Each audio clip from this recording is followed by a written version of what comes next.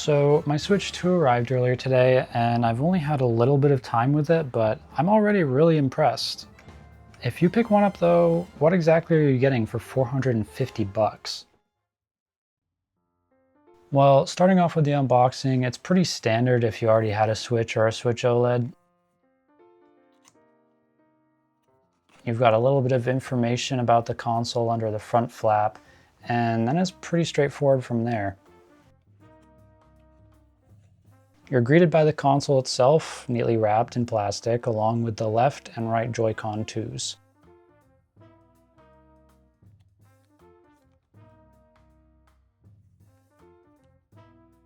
The right Joy-Con looks a little bit orange on camera, but it's more of like a salmon color in person.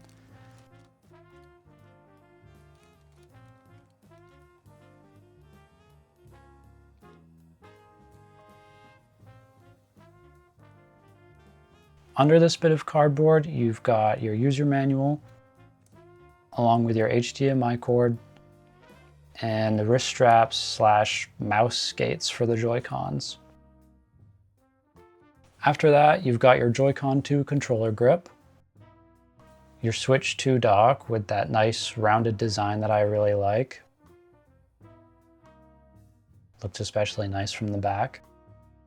And your Switch 2 charging brick and USB-C cable. Sliding the Joy-Cons in for the first time is really satisfying and it feels really good in the hands. It's definitely a lot more generous than the Switch one. Putting the Joy-Cons on upside down doesn't help though. After fixing that, we're ready to take a look at this thing. On the bottom, you've got your speaker grills and bottom USB-C port.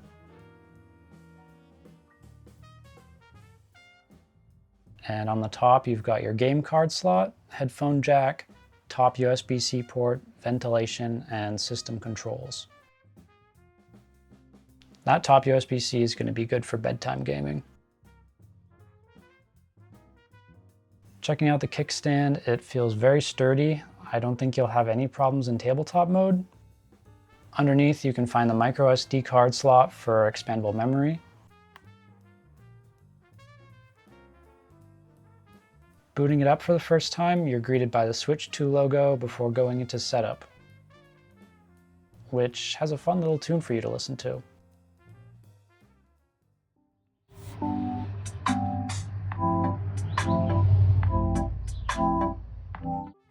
You then put in your location. I'm in the United States. Connect to Wi-Fi, and then chill out while the system updates. Now you can transfer your old data if you already have a Switch. With that out of the way, you're ready to jump into the home menu for the first time, where they've got another jingle for you.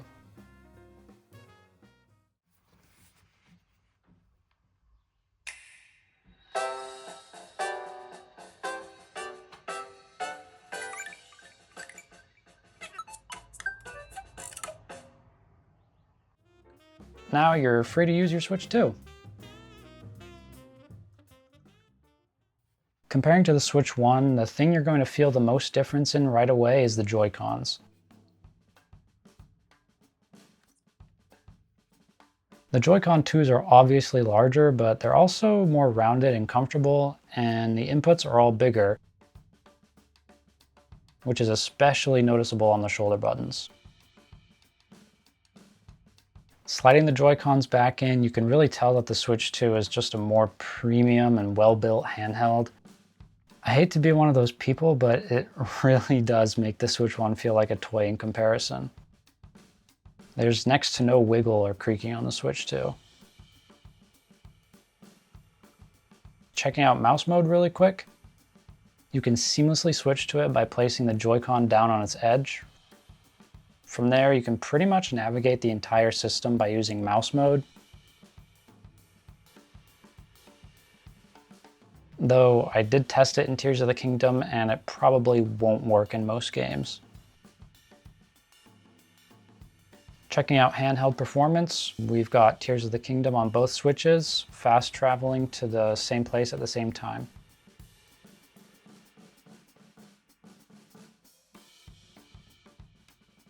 The Switch 2 is definitely faster when it comes to loading, but it's not a super crazy amount.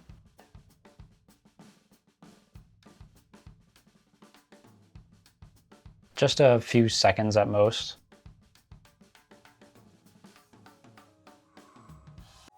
Looking at the gameplay itself, the Switch 2 is so buttery smooth at 1080p 60 FPS.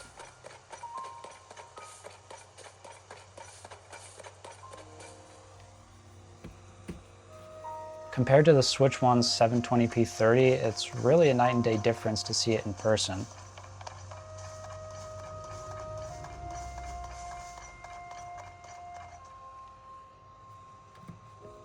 And we even got a little bit of Joy-Con drift on the Switch 1.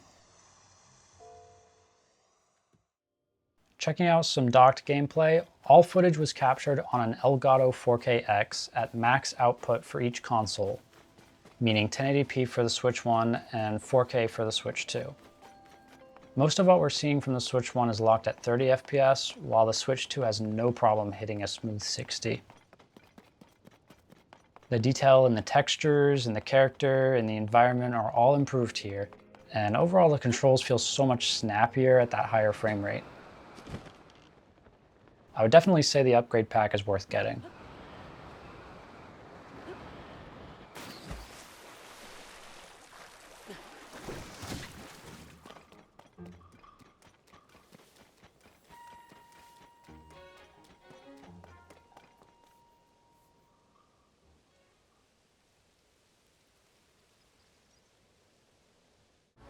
Next, I wanted to check out No Man's Sky, which got a free Switch 2 upgrade. Overall, it's not too much different, but resolution and the quality of textures and models all get a nice boost. The space gameplay is all pretty much the same deal, but I think it does seem to run a bit better on Switch 2 at least.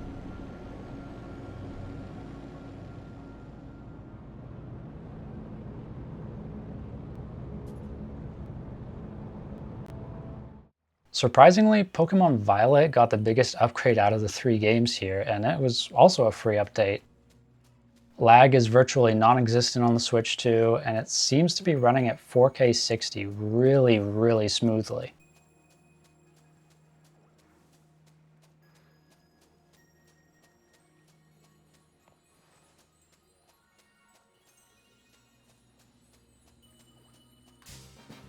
There's no delay going into battle, the animations are all smooth and snappy, and you don't have any freezing problems like on the Switch 1.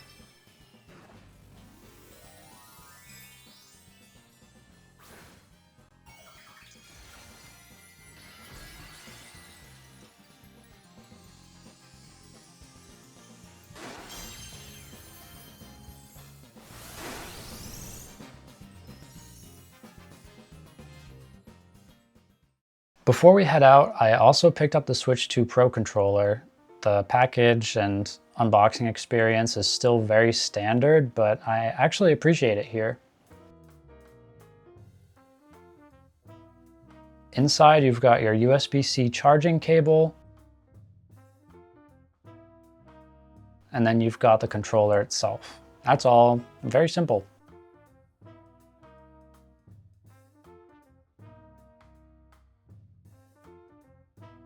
The joysticks and buttons all feel very precise, smooth, and responsive, and the buttons aren't as mushy as on the Switch 1 Pro controller. You've also got your GL and GR buttons on the back where you can program per game. Overall, I'm pretty impressed with the Switch 2. I just can't wait to see what other games are possible on it. This will have been my first video too, so if you enjoyed, consider subscribing to see more stuff in the future.